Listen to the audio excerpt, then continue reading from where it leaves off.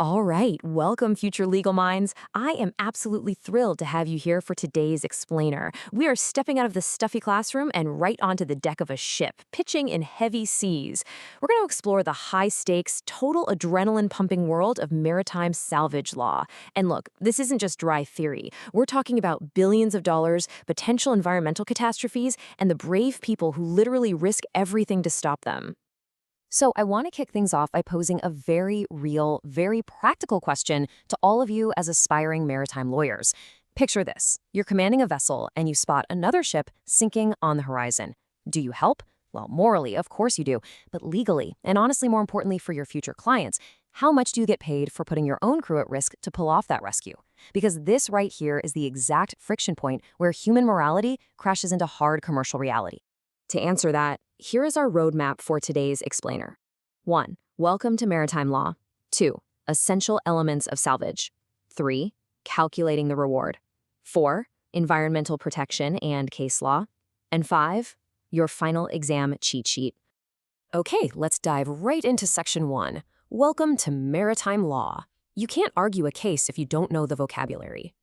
The foundation of literally everything we'll discuss today rests on these two terms. Salvage simply means saving a ship, its cargo, or other property at sea from danger, and the salvor is the person or the company actually carrying out that rescue. Now, you might be wondering, why do we need a whole legal framework to reward this? Well, under the International Convention on Salvage of 1989, the law explicitly provides financial rewards to incentivize salvors. Basically, we want to heavily encourage people to help ships in distress, instead of just sailing past because a rescue looks a bit too risky or expensive. But listen, you don't just get a massive payout for tossing a life ring. This brings us to section 2, essential elements of salvage. Every aspiring solver and every lawyer representing them has to clear 3 very rigid legal hurdles before they see a single dime. Step 1, marine peril. Step 2, voluntary service. And step 3, success. Let's break these down. First up is marine peril. The ship or its cargo has to be in actual real danger at sea. A broken coffee machine in the galley? Yeah, that doesn't count. We're talking about a raging fire, a collision, a severe storm, running aground, massive flooding, or total engine failure. For example, imagine a huge cargo ship loses its engine in the middle of a violent cyclone and starts drifting helplessly toward a rocky coast. That is your textbook marine peril. The danger is real and it is imminent. Now, check out this absolutely crucial law school distinction in step 2, voluntary service. A salvor has to act without any pre-existing legal or contractual duty to qualify for a reward. If a random fishing vessel spots that drifting cargo ship, hooks up a line, and tows it to safety, boom, they are eligible for a salvage reward. They had zero legal obligation to do that. But contrast that with a tugboat that was already hired and under contract to tow that exact ship.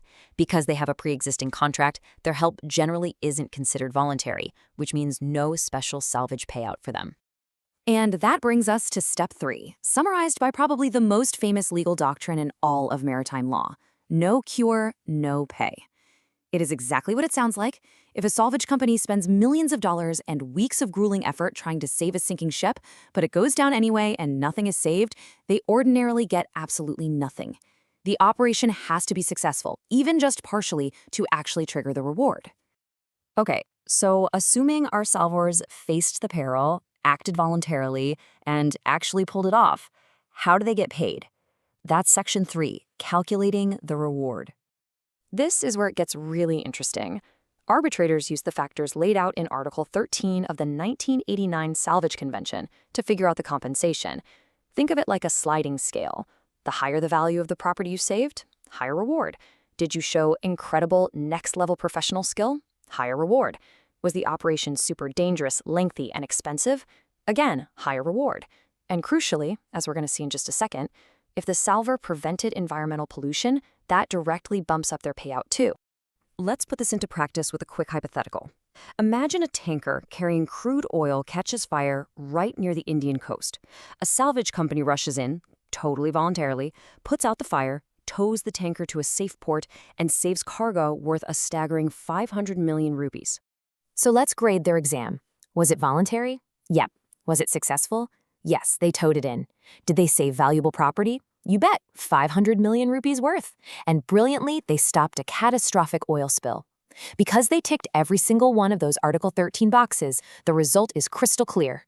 A massive salvage reward is absolutely granted. Notice how I really emphasized preventing that oil spill?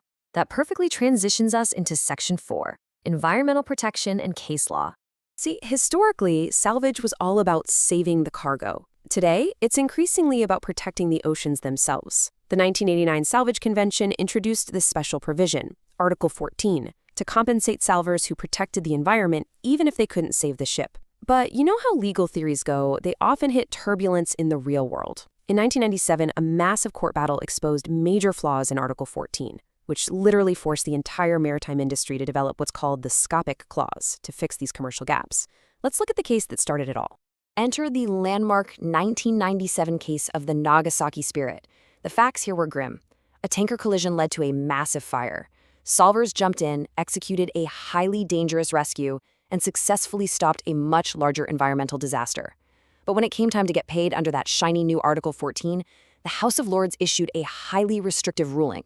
They said, look, Article 14 only reimburses a solver's reasonable expenses. It does not grant them a profitable commercial reward. Well, as you can imagine, salvage companies were furious.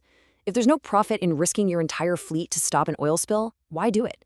That strict ruling is exactly what forced the creation of the scopic clause, which the industry uses today to ensure solvers actually get commercially viable compensation for stopping pollution.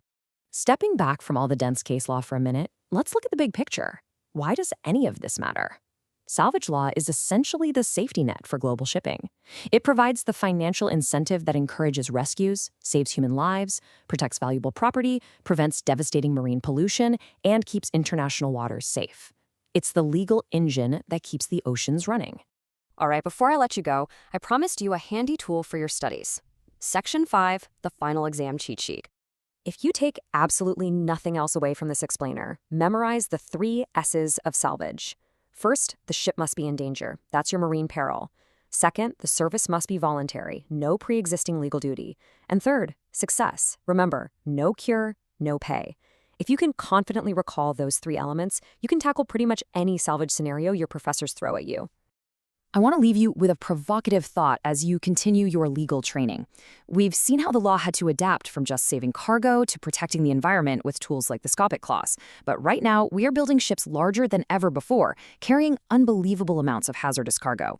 As our oceans get more and more vulnerable, you really have to ask yourself, are these evolving rules and the financial incentives they provide truly going to be enough to prevent the next mega disaster?